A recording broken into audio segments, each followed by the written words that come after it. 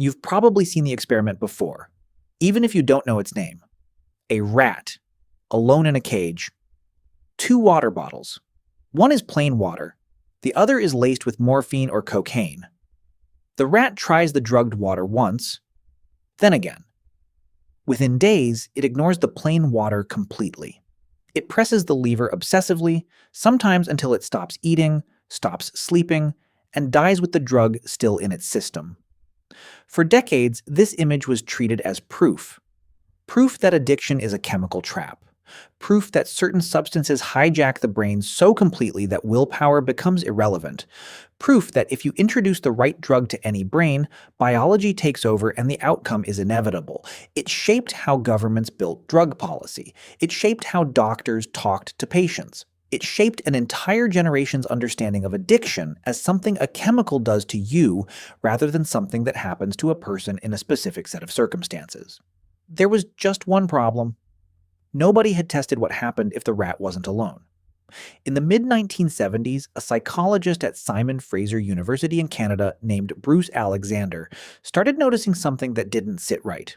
The original addiction experiments, the ones everyone cited, had all been run the same way.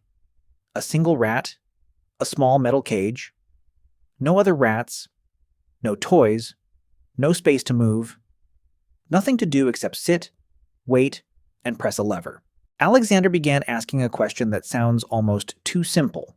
What if the rat wasn't becoming addicted to the drug? What if it was becoming addicted to the only thing available to it in an empty, isolated box? To find out, he didn't just tweak the experiment, he rebuilt it entirely. In 1977, Alexander and his team constructed something they called Rat Park. It was nothing like a laboratory cage, it was 200 times larger. The floor was covered in cedar shavings for digging and nesting.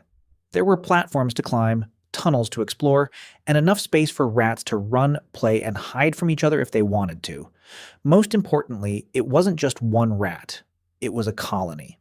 Males and females living together, socializing, mating, forming the kind of group structure rats naturally form in the wild. Then Alexander did something that felt almost reckless. He gave every rat in the colony free, unrestricted access to morphine-laced water.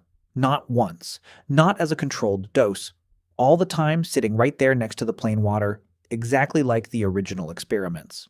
If the old theory was correct, the outcome should have been identical. A colony descending into compulsive drug use, one rat after another abandoning the plain water for the morphine, the whole population sliding into addiction because the drug itself demanded it. That is not what happened. The rats in Rat Park largely ignored the drugged water. They sampled it occasionally, the way you might try a drink at a party out of curiosity, but they did not spiral. They kept playing. They kept mating. They kept building the normal social life of a rat colony.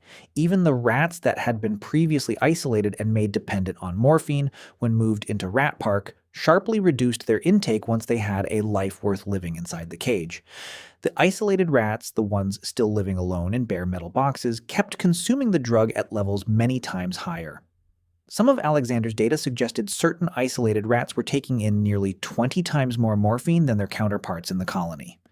Same drug, same availability, same species. The only variable that changed was whether the animal had a life around it worth paying attention to. Alexander published his findings, and here's where the story gets uncomfortable, because almost nobody outside the field noticed.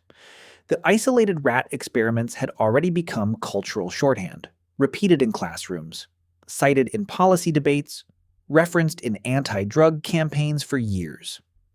Rat Park, despite directly challenging that entire foundation, struggled to get published in top journals. When it finally did appear in the journal Psychopharmacology in 1981, it barely registered outside academic circles. The narrative that addiction was purely a chemical hijacking had already hardened into common sense. A study suggesting the environment mattered just as much, maybe more, didn't fit the story people had already decided to believe.